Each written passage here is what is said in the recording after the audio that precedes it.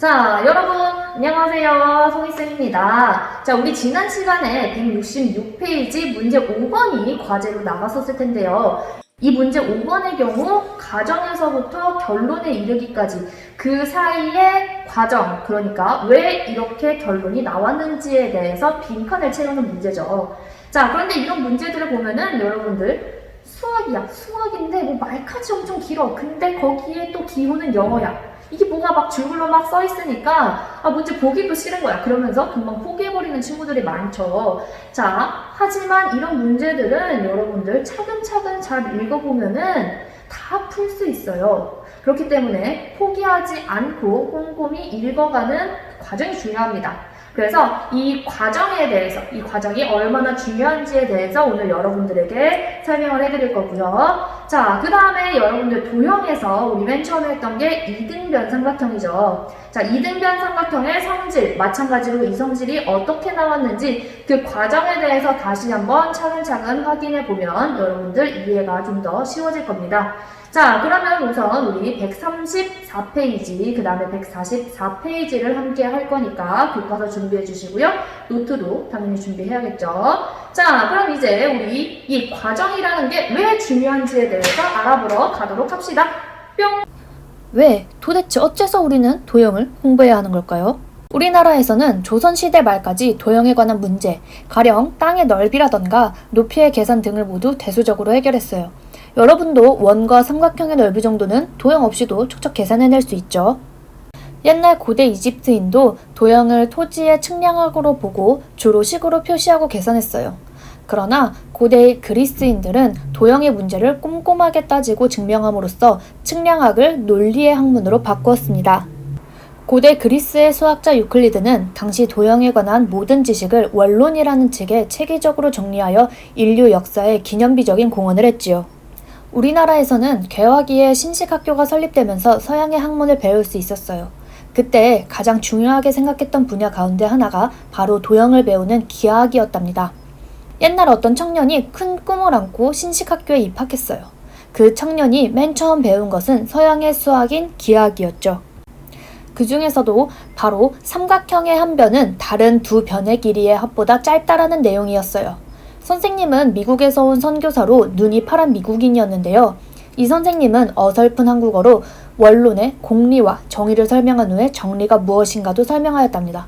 그러자 당황한 청년은 이렇게 말했어요. 선생님, 질문이 있습니다. 그게 뭐 그리 중요하다고 길게 설명을 하십니까? 개도 뛰어갈 때는 직선으로 가는데 그런 간단한 것을 새삼스레 어렵게 배워야 할 필요를 저는 전혀 모르겠습니다. 여러분도 아마 1학년 때 이 개념을 처음 접하면서 이 청년과 비슷한 생각을 했을지도 모릅니다. 이 어려운 말을 간단하게 생각하면 집에서 학교까지 가는데 곧바로 가지 않고 공원을 들렸다 온 상황을 생각하면 쉽게 이해가 되죠. 집에서 학교까지 가는 거리를 한 변의 길이라고 생각하고 집에서 공원을 거쳐서 학교를 가는 거리를 나머지 두 변의 길이의 합으로 보면 되니까요. 이렇게 경험에 의해 그럴 것이다 라는 것을 직관이라고 생각하시면 됩니다. 예로부터 동양에서는 주로 경험과 직관으로 사물을 인식해왔어요. 우리나라 속담 가운데 백문이 불여일견이라는 말이 있죠. 이것은 100번 들어도 한 번 보는 것보다 못하다라는 뜻인데요. 반면 서양 수학의 기본은 증명이었어요. 사물뿐만 아니라 동물의 행동 등 모든 것을 일일이 증명해야만 했고 그 과정을 거친 다음 정리로 받아들였죠. 그리스인은 사람의 눈과 귀는 믿을 수 없는 것으로 생각하고 오직 머리만을 믿었어요. 즉, 이 세상에서 믿을 수 있는 것은 오직 머리로 하는 논리뿐이라고 생각했답니다. 고대 그리스인이 증명을 중요시한 이유는 뭘까요? 여러분들, 아무것도 모르던 코올릭의 시절, 왜?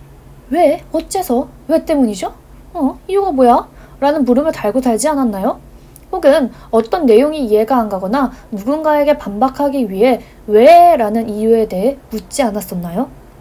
옛날부터 고대 문명의 꽃을 피웠던 중국, 이집트, 인도의 수학자들은 수학을 사랑하는 마음이나 직접 능력이 그리스의 수학자들보다 뒤떨어지는 것은 아니었어요.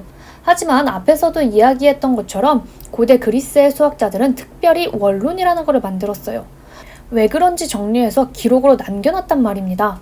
그 결과 인류의 역사를 바꾸어 놓은 수학과 기하학이 놀랄 만큼 발전하게 되었죠. 중국, 이집트, 인도의 수학자들은 오랜 경험과 직관으로 도형에 관한 지식은 엄청 풍부했어요. 하지만 그럼에도 불구하고 그리스의 수학자들보다 뒤떨어진 이유는 바로 이 증명이었답니다. 왜 그런지를 밝히는 거죠. 그리스의 수학자들은 이집트의 수학을 받아들이자마자 주어진 명제에 대해서 왜, 어떻게 등의 질문을 끊임없이 했어요. 심지어 개나 당나귀 같은 동물이 길을 갈 때는 직선으로 가는 것이 본능인데도 그리스의 수학자들은 그 이유를 생각하고 또 생각할 정도였죠. 그리스인들은 수학의 핵심을 논리로 여기고 아무리 당연한 일일지라도 꼭 증명을 해야만 옳은 것으로 받아들였어요. 그리스인들은 아무리 노력해도 도저히 증명할 수 없을 때는 그냥 참으로 받아들이기로 약속한 다음 그것을 공리라고 했습니다. 그런 다음에 그 공리를 이용해서 간단한 정리를 증명한 후 점점 더 복잡한 정리를 증명해 나갔죠. 하나의 정리는 다음의 정리를 위한 증명의 도구가 되어갔습니다. 사실 이런 방법은 수학뿐만 아니라 모든 학문에 공통적으로 성립하죠. 오늘날 학문의 모든 분야는 예외 없이 이러한 원론과 같은 생각에서 출발해요. 철학자 플라톤은 자신이 세운 학교에 기하학을 모르는 사람은 들어오지 마시오! 라는 현수막을 내걸었는데요. 이는 바로 지식으로서의 기하학이 아니라 증명의 중요성을 강조하기 위함이었답니다. 수학책을 보면 항상 어떠한 개념이 나올 때 그 개념이 어떻게 해서 나오게 되는지 설명이 되어 있어요. 공식들이나 정리들 말이죠. 그러니 공식이나 정리를 외워서 대입으로만 푸는 것도 방법이긴 하지만 근본적으로 왜 그런지 알고 있으면 앞으로 수학 공부를 해나감에 있어서 좀 더 이해가 쉬워질 거예요. 차근차근 읽어보면 교과서는 설명이 잘 되어 있어요. 그렇기 때문에 교과서만으로 공부했어요 라는 말이 나왔겠죠? 이해가 잘 되지 않는다면 차분히 앉아서 교과서의 해당 내용을 읽어보고 그래도 이해가 안 되면 선생님께 질문해보는 건 어떨까요? 자, 그럼 이제 실제로 교과서에 나와 있는 증명에 대한 내용을 한번 같이 보도록 합시다. 삼각형이나 사각형 같은 여러 다각형 중에서 가장 안전한 다각형은 삼각형인데요. 이 원리가 적용된 예로는 사진 찍을 때 사용하는 카메라의 삼각대나 접이식 빨래 건조대가 있습니다. 건조대가 넘어지지 않고 균형을 잘 잡게 하려면 어떻게 해야 될까요? 바로 양쪽 다리에 벌어진 각도가 같으면 됩니다. 이처럼 두 변의 길이가 같은 삼각형을 우리는 이등변 삼각형이라고 하는데요. 이건 이등변 삼각형의 정의입니다. 두 개의 변의 길이가 같으면 이등변 삼각형이라고 하자! 명명한 거죠. 추가적으로 길이가 같은 두 변이 이루는 각을 꼭지각, 꼭지각의 대변을 밑변, 밑변의 양끝각을 밑각이라고 부른답니다. 계속 얘기하고 있는 증명이라는 것은 3단계로 이루어지는데 먼저 참이라고 여기면서 우리가 받아들이는 사실을 가정, 그 다음에 참이라는 사실을 밝혀야 하는 우리의 목적이 결론, 가정에서 결론을 이끌어내는 과정을 증명이라고 합니다. 어느 정도 이해가 되었나요? 그럼 실전으로 들어가서 이등변 삼각형이면, 즉 삼각형의 두 변의 길이가 같으면 이라는 가정하에 두 밑각의 크기가 같다라는 결론이 나오는 이유를 알아보도록 합시다. 그 이유를 알아보는 과정이 증명이 되는 것이죠. 교과서 143페이지를 보면 생각열기에 다음과 같이 정사각형 모양의 색종이를 반으로 접어 가위로 자른 후 펼쳐서 이등변 삼각형 ABC를 만들어보자 라고 되어 있어요.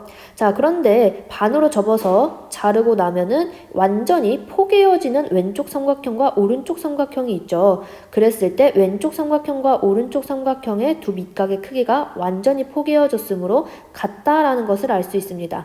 이거는 우리가 지금 경험에 의한 거기 때문에 직관적으로 그렇다라는 것을 알 수 있다라고 할 수 있는 거고요. 밑에 있는 부분이 이제 그 부분이 정말 왜 그런지에 대해서 엄밀하게 증명되어 있는 부분입니다. 자, 그러면 이 부분을 우리 좀 더 자세히 보도록 합시다. 자, 앞에서 우리가 완전히 포개어지는 왼쪽 삼각형과 오른쪽 삼각형이 만들어진다고 했죠. 완전히 포개어진다라는 얘기는 우리 도형에서 합동이라고 얘기합니다. 이 합동을 이용해서 두 삼각형의 밑각이 같음을 보일 거예요. 자, 반으로 접었다는 걸 이용하면 각 A의 이등분선을 생각해 줄 수 있겠죠. 이 선과 밑변 BC와 만나는 점을 점 D라고 설정을 해줄게요. 자, 그러면 선분 AB의 길이와 선분 AC의 길이가 같다라는 것은 우리 이등변 삼각형 ABC라고 했던 가정에 의해서 알 수 있는 사실이죠.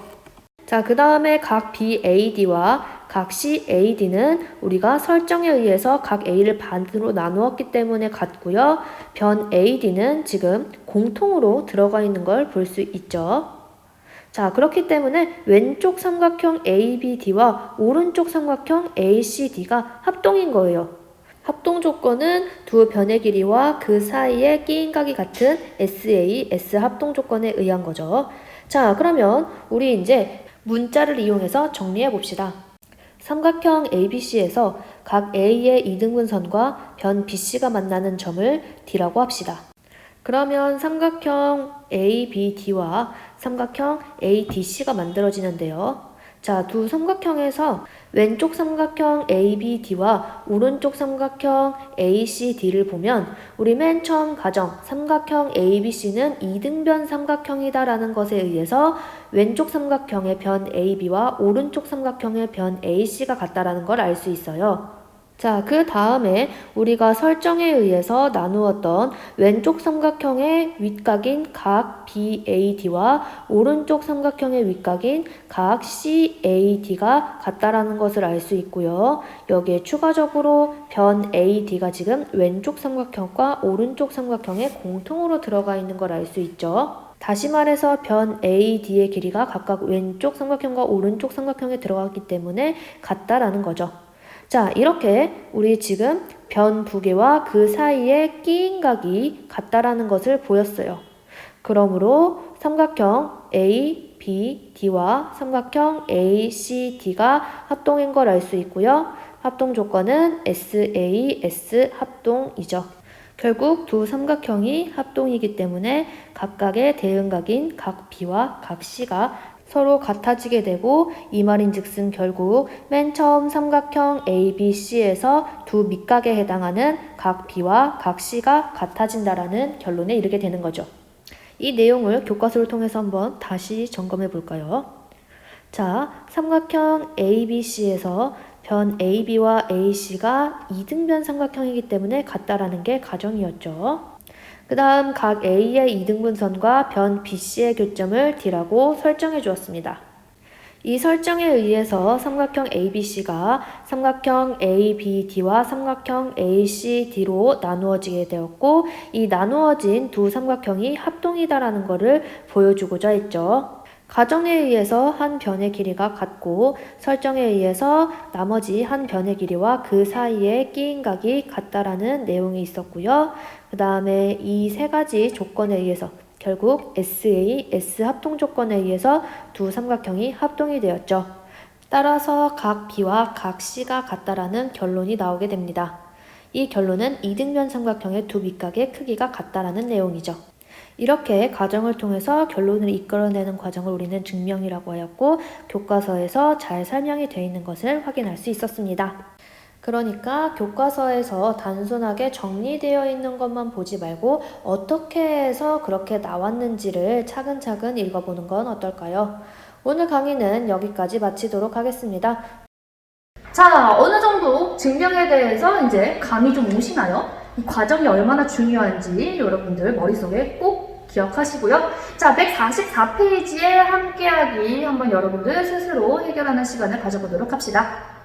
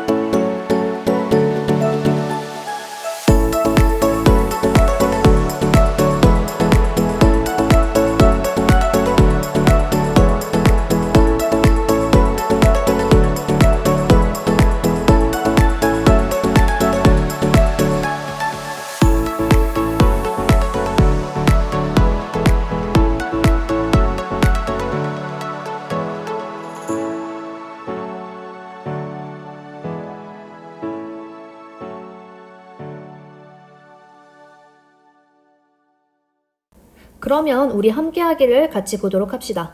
문제 먼저 볼게요. 오른쪽 그림과 같이 왼쪽 변과 오른쪽 변이 같은 이등변 삼각형 ABC에서 각 A의 이등분선인 선분 AD를 그으면 이 선분과 밑변이 만나서 교점이 하나 생기는데 그거를 D라고 할 거래요. 그랬을 때 선분 AD가 선분 BC를 수직으로 이등분하는 이유를 설명하려고 한다고 합니다. 이 과정을 설명하려고 하는데 보니까 왼쪽 삼각형과 오른쪽 삼각형으로 나뉘어져 있죠. 그러면 이거 우리 앞에서 했던 것처럼 두 삼각형의 합동을 이용해서 설명하려고 하는 거 아닌가? 라고 생각해 볼 수 있겠네요. 문제에서 가정을 봅시다. 선분 AB, 선분 AC가 같은 이등변 삼각형 ABC에서 각 A의 이등분선과 변 BC의 교점을 D라고 할 때, 그럴 때 그렇게 하자, 이게 가정이 되는 거죠. 그랬을 때 선분 AD는 선분 BC를 수직 이등분한다. 이게 결론이 되는 거고요. 이거를 이제 설명하라고 하니까 우리는 증명을 보여주면 되는 겁니다. 힌트로 지금 이렇게 단계적으로 나와 있어요. 그러면 이 단계를 살펴봅시다. 삼각형 ABD라 함은 왼쪽 삼각형이고요. 삼각형 ACD라 함은 오른쪽 삼각형을 이야기하고 있는 거예요. 이거 우리 합동기호죠. 얘네 둘이 합동임을 확인하려고 한대요. 우리 아까 생각했던 그 방법이 맞겠네요. 확인한 다음 이를 이용해서 선분 BD와 선분 CD, 그러니까 이 선분 BD와 선분 CD의 길이가 같다라는 것과 각 ADB, 이 친구죠? 각 ADC, 이 친구도 서로 같음을 보이라고 합니다. 그 다음 2번, 각 ADB와 각 ADC, 이 둘이 같다라고 했잖아요. 이를 이용해서 한 각의 크기를 구할 수 있죠. 그래서 이 1번과 2번을 종합해서 결론에 대해 설명해보자 라고 되어 있습니다.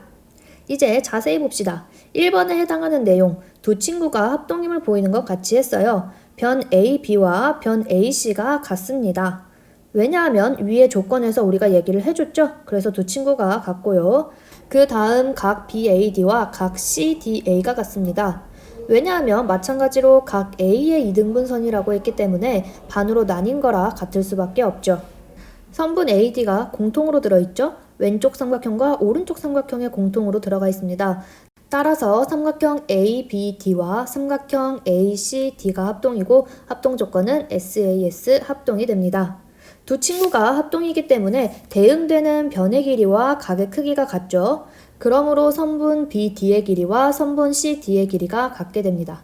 그 대응되는 각인 각 ADB와 각 ADC도 같게 되겠죠.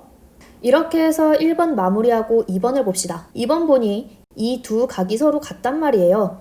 근데 이 각 ADB와 ADC를 더하니까 평각이 나온단 말이에요. 같은 두 각을 더해서 180도가 나오니까 한 각의 크기는 그의 반인 90도가 나오게 됩니다. 3번, 따라서 1번에 의해서 선분 AD, 그러니까 우리 각 2등분선 이 친구가 변 BD를 2등분하는 것을 보였고요. 그 다음 1번과 2번에 의해서 선분 AD가 선분 BC의 수직으로 만난다는 것을 보였죠. 따라서 이 둘을 종합하면 선분 AD가 선분 BC를 수직 이등분한다라고 볼 수 있겠네요. 우리 맨 처음 가정 부분을 잘 보면 각 A의 이등분선을 만들었어요. 그러니까 꼭지각의 이등분선을 그으면 그게 선분 AD가 되는데 이 선분 AD가 결론을 내니까 밑변 선분 BC를 수직 이등분하더라 라는 거예요. 이게 결국 우리 이등변 삼각형의 성질 두 번째인 꼭지각을 이등분하는 선은 밑변을 수직 이등분한다 라는 결론이 나오게 됩니다. 자, 이제 가정, 그 다음에 증명, 결론에 의해서 삼각형의 성질이 어떻게 나왔는지 이해가 됐나요? 자, 그러면 여러분들 사각형도 배웠잖아요. 사각형에도 이처럼 일련의 과정을 통해서 나와 있단 말이에요. 그러면 여러분들이 교과서에 해당하는 거를 한번 차근차근 읽어보면 사각형의 성질도 금방 이해가 될 겁니다. 단순히 결론만 알고 있을 때보다 이렇게 왜 이런 결론이 나왔는지에 대해서 그 과정을 알고 나면은 머릿속에 좀 더 기억이 오래 남을 거예요. 그렇지 않나요? 자, 그러면 이제 166페이지 문제 5번 한번 같이 해결하러 가보도록 합시다. 문제 5번. 다음은 오른쪽 사각형에서 선분 AD랑 선분 BC랑 서로 평행이면서 그 길이가 같을 때 같을 때, 그러자고 가정할 때 사각형 ABCD가 평행사변형임을 설명하래요. 이게 결론이 되는 거죠. 사각형 ABCD에서 대각선 AC를 설정해 줬습니다. 이렇게 설정하고 나면 왼쪽 삼각형과 오른쪽 삼각형이 생기죠. 근데 이 두 삼각형 왠지 합동일 것 같아. 왜냐하면 내용에도 합동이라고 나오거든요. 그래서 지금 이 과정은 합동을 보이고자 하는 거죠. 선분 BC, 이 친구와 같은 게 누구일까요? 바로 선분 AD죠. 왜냐하면 우리가 가정에서 얘기를 해줬으니까요. 그 다음 각 ACB, 이 친구와 같은 각 무엇일까요? 바로 각 CAD죠. 왜냐하면 이 두 친구가 가정에서 평행이라고 했는데 평행선에서의 억각의 성질에 의해서 같아지게 되고 공통인 건 우리가 설정해준 이 AC이죠. 따라서 이 1, 2, 3에 의해서 두 친구가 합동이 되게 되고요. 그러므로 각 BAC. 자, 각 BAC라 하면 이 친구죠. 이 친구와 대응되는 각은 각 DCA에 해당하는 이 친구가 되는데요. 따라서 평행선과 억각의 성질에 의해 변 AB와 변 CD가 평행이 되면서 두 쌍의 대변이 각각 평행하기 때문에 평행사변형의 정의에 의해 사각형 ABCD는 평행사변형이 되는 거죠. 어때요? 막상 해보니까 크게 어려운 점이 없죠. 그럼 여러분 4차 과제 정리를 하기 전에 이와 같은 방법을 이용해서 문제 7번을 다시 한번 풀어본 뒤 올려준 풀이 내용을 확인해 보도록 합시다. 자, 오늘 할 내용은 여기서 마치고요. 자, 결론보다 과정을 중시했던 오늘 내용처럼 여러분들도 너무 결과에만 치우치지 말고 과정에 열심히 하는 친구들이 되봅시다. 자, 그럼 다음 시간에 봐요. 안녕!